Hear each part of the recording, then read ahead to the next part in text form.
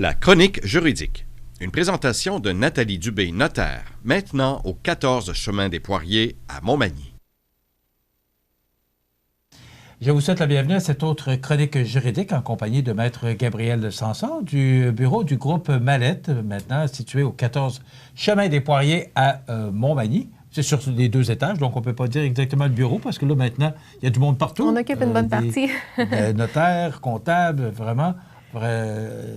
Groupe Mallette qui, maintenant, vous donne des services comptables et également des services juridiques. Donc, Maître Gabriel Sanson, aujourd'hui, on va parler des formes de testament. Oui. On sait à quel point c'est important. On en a parlé beaucoup et on va en parler encore beaucoup de l'importance du testament.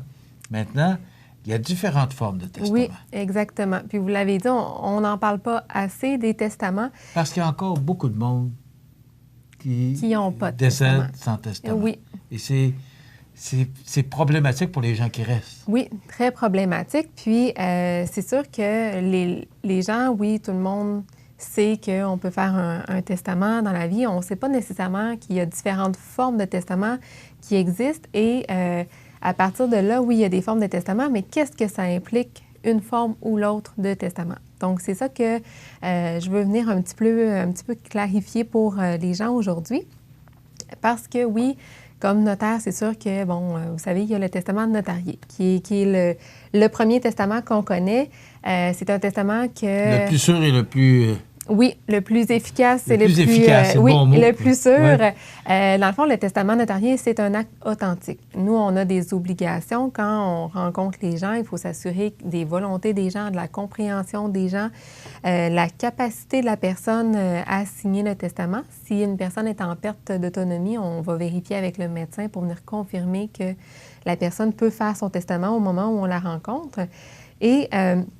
dans le fond, le testament notarié étant un acte authentique, il est valide dès le décès de la personne. Donc, on confirme par des recherches testamentaires que c'est bien le dernier testament, celui qu'on a entre les mains.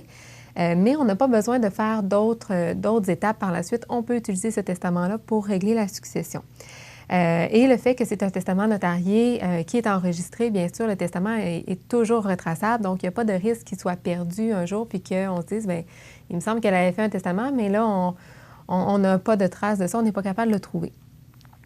C'est le testament notarié. Il y a d'autres formes de testament et de plus en plus, on entend parler de testament devant témoin qui est offert, le formulaire est vendu sur Internet à des coûts, à faible coût.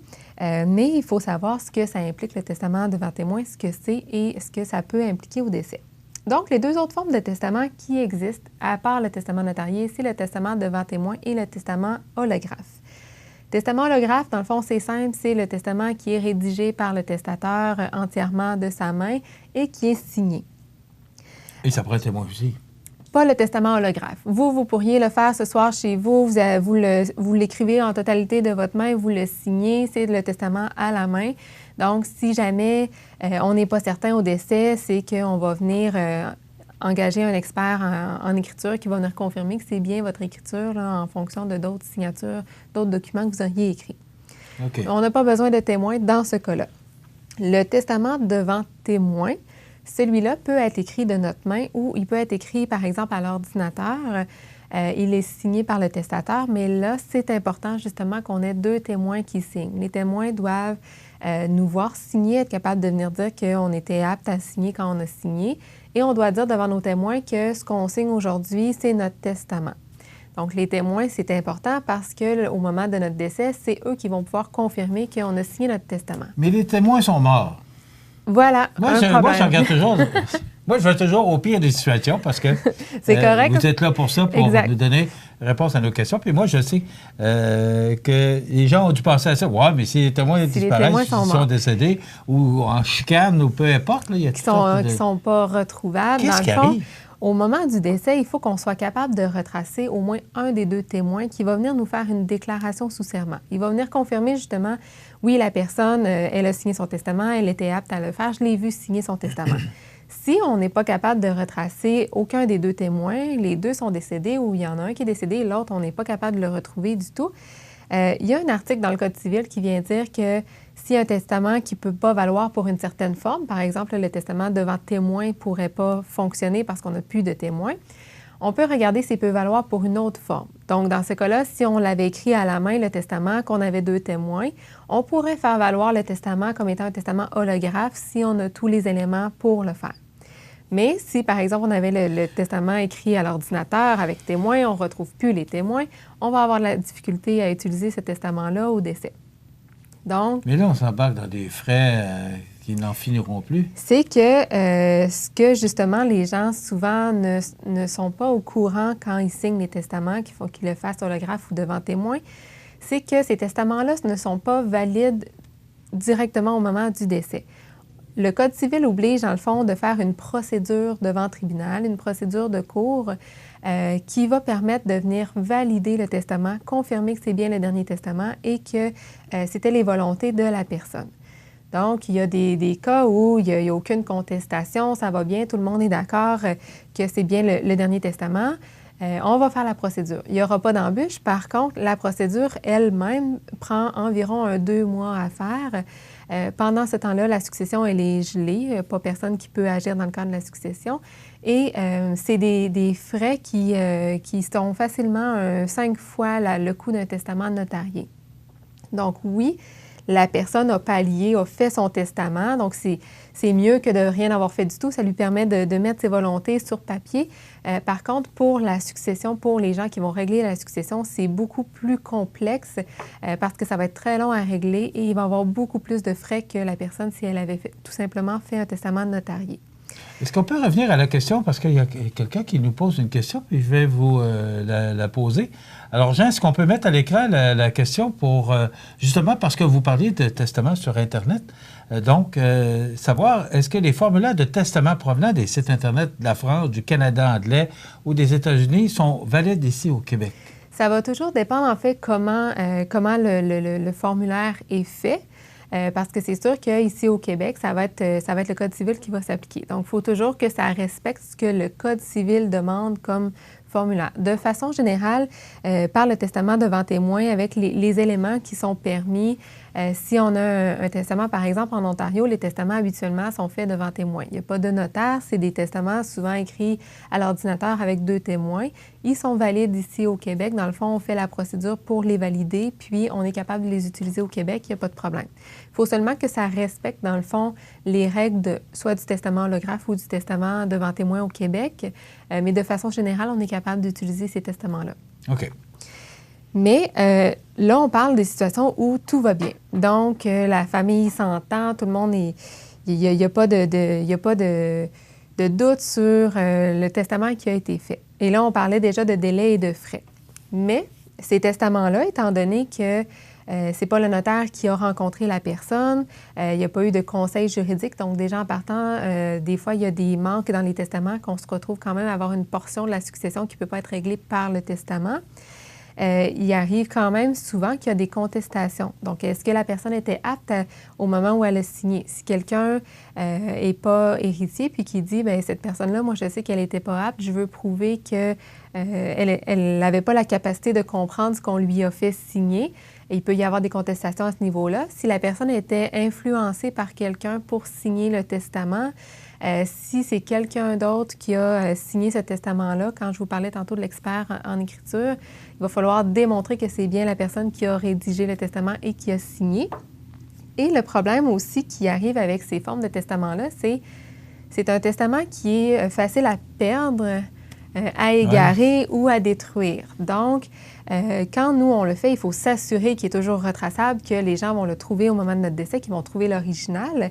Mais on n'est pas à l'abri non plus que quelqu'un trouve ce testament-là au moment de notre décès et que le testament ne fasse pas son affaire, dans le fond, que la personne n'est pas nommée sur le testament, qu'elle aurait voulu que ce soit autrement. Donc, bien que ce ne soit pas légal de faire ça, il arrive malheureusement que des testaments qui ont été faits à la main ou devant témoin sont disparus, qu'on n'est pas capable de les retrouver.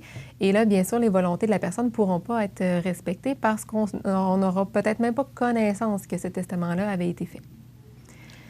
Et là, on s'embarque dans des problèmes à n'en plus finir parce que là, on s'embarque dans des frais Et là, c'est là que les chicanes de famille peuvent survenir. Exactement. On a des délais qui, quand je mentionnais la procédure de base, qui prend environ 2 mois.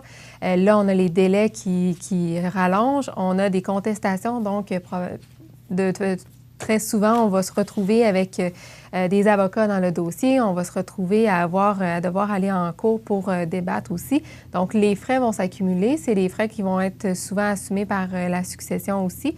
Donc, les sous qu'il y a dans la succession vont diminuer aussi. Et des fois, ça peut prendre quand même quelques années avant que tout ça puisse être réglé. Qu'est-ce qui arrive avec le corps en attendant? Parce que si les dernières volontés, il se passe quoi, là? La personne est décédée, mais là, on ne s'entend pas sur la forme ou on ne trouve pas le testament. Qu'est-ce qui arrive dans ce temps-là? Tout ce qui est par rapport au corps, aux funérailles, dans le fond, la famille peut prendre en charge. Ça arrive... Qui va payer? Là, dans le fond, c'est sûr que habituellement, de base, c'est la succession qui assume les frais. Si la succession est gelée, c'est sûr que les résidences funéraires vont demander aux gens de la famille de s'engager à payer les frais personnellement si jamais la succession ne peut pas le faire. Donc, c'est sûr qu'il y aura des frais qui vont probablement être engagés personnellement par des gens le temps que la succession puisse rembourser. C'est sûr que c'est beaucoup de problèmes qui peuvent survenir. Et j'en reviens à ce que je disais tantôt, quand on met tout ça ensemble, tous les frais, tous les délais, tous les problèmes que ça peut occasionner. Ça coûte bien plus cher qu'un testament, hein? Ça coûte beaucoup, beaucoup plus cher. C'est beaucoup plus compliqué. Et les gens n'ont pas eu la chance, en faisant leur testament, d'avoir des conseils juridiques. Donc, au niveau des frais, des délais, des conseils juridiques, je vais prêcher pour ma paroisse, mais c'est sûr que ça ne vaut pas la peine de se dire « je vais sauver des frais, je vais faire un testament à la main, puis ils vont être corrects avec ça ». Ça ne vaut pas la peine de prendre la chance versus de faire un testament notarié. Il y a des exécuteurs testamentaires dans un testament que vous allez rédiger. Qu'est-ce qui arrive s'il n'y a pas d'exécuteur testamentaire dans les autres formes de testament? Il vient tellement de questions à l'esprit de dire, mais ça n'a pas de bon sens, les problèmes dans lesquels on s'embarque. Quand je disais, des fois, il y a certains blancs. Déjà, en partant, si jamais il n'y a pas d'exécuteur maintenant qu'on appelle le liquidateur, là, qui est la même personne. Le mot, là, c'est mais c'est le même terme, c'est la même personne, c'est correct. C'est certain que dans ce temps-là, les héritiers à la majorité, de par la loi, peuvent nommer un liquidateur. Encore là, il faut qu'il y ait entente, il faut qu'on soit capable de nommer un liquidateur. Et ultimement, quand ce n'est pas possible, on peut faire une demande à la Cour pour autoriser la nomination d'un liquidateur. Mais encore là, on parle de frais et de délais additionnels versus si le liquidateur était déjà mentionné dans le testament au départ. Maintenant, on vient vous rencontrer moi, je viens vous voir pour faire mon testament. Qu'est-ce que ça me prend exactement? Qu'est-ce que vous avez besoin comme information? Oui. Pour au moins, parce que, bon, peut-être qu'on ne complétera pas ça dans la même journée, parce que c'est quand même quelqu'un qui n'a pas d'actifs, ou c'est vite fait. Mais sinon, des gens qui ont des actifs, qu'est-ce que ça prend comme information pour commencer à compléter? Très bonne question. C'est sûr qu'on a toujours une première rencontre qui sert à faire le tour avec les gens de ce qu'ils ont. Oui, pour voir justement les actifs, parce que même si des fois on se dit, bien, il y a telle chose que je vais régler dans ma succession, on ne pense pas nécessairement à tout. La première rencontre sert à ça. Donc, souvent, on dit aux gens, apportez ce que vous avez de documents d'assurance. On va s'assurer aussi que les assurances vie, c'est à jour. Si on a des bénéficiaires qui sont nommés dessus, est-ce que c'est encore les bonnes personnes? Les gens qui ont des différents immeubles, souvent, ils vont nous apporter leur compte de taxes pour que on puisse voir, parce que si jamais il y a un immeuble en particulier qu'on veut laisser à une personne en particulier, on va pouvoir prendre les informations. Les gens apportent des choses comme ça qu'ils ont avec eux, ou des fois, les gens apportent rien du tout à la première rencontre. Ça sert vraiment à prendre les informations, à faire le tour. Et je dis toujours aux gens, ça se peut qu'il y ait des petits devoirs en partant. Il y a certaines choses, justement, qu'on revérifie par la suite. S'il y a un document qu'on a vérifié, les gens vont le sortir, vont nous le rapporter. Donc, souvent, on va se reparler avant la prochaine rencontre qui va servir là, à la signature du testament. Mais la première rencontre qui va nous permettre de débroussailler vraiment là, tous les actifs, les dettes aussi que les gens peuvent avoir qu'il va falloir prendre en considération dans le testament. Ça permet de se remettre en question aussi. Oui. Je trouve que c'est une belle période pour voir un peu ce qu'on a, puis qu'est-ce qu'on veut faire avec. Exact, de voir aussi les gens qui nous entourent, qui on veut nommer comme liquidateurs. Si on a des jeunes enfants, qui va s'occuper de nos enfants. Dans le fond, les testaments, c'est sûr qu'on essaie de le faire pour qu'ils soient bons le plus longtemps possible, mais ça reste qu'on dit toujours, c'est bien de les sortir notre testament aux 5 ans. Ça nous permet de voir, bon, mais il ne s'est pas passé trop de temps. Est-ce que tout est encore à jour? Tout est encore correct? Il n'y a pas de problème? Des fois, en 5 ans, il y a eu le temps d'avoir beaucoup de changements dans notre vie qui vont faire qu'on va se dire, c'est déjà plus, c'est plus à jour, ça n'a plus de bon sens ce que j'ai sur mon testament, je vais devoir le refaire. Mais ça nous permet, une fois de temps en temps, de dire, bien, si jamais il m'arrive quelque chose, est-ce que mes proches sont corrects? Est-ce que c'est bien ce que je souhaite qui va se passer? Très intéressant. Donc, on ne dira jamais assez l'importance d'un testament.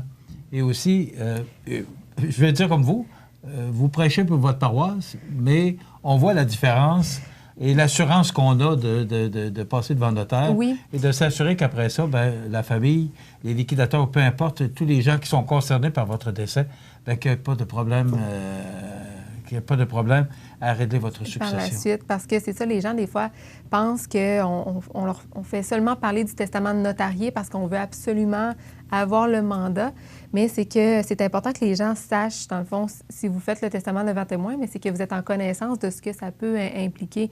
Dans les faits, on pourrait dire aux gens, faites des testaments devant témoin. Pour nous, ça va nous apporter plus d'honoraires quand on va faire les procédures ensuite. Mais l'important, c'est de bien protéger les gens, dans le fond. Donc, c'est pour ça qu'on dit que le testament notarié est meilleur que les autres. Le temps est terminé, mais j'ai une petite question rapide. Est-ce que les liquidateurs doivent être au courant du contenu du testament? Pas obligé. Ça dépend des gens. C'est sûr qu'idéalement, on en parle aux liquidateurs parce que ça nous permet de nous assurer qu'ils vont accepter la charge aussi.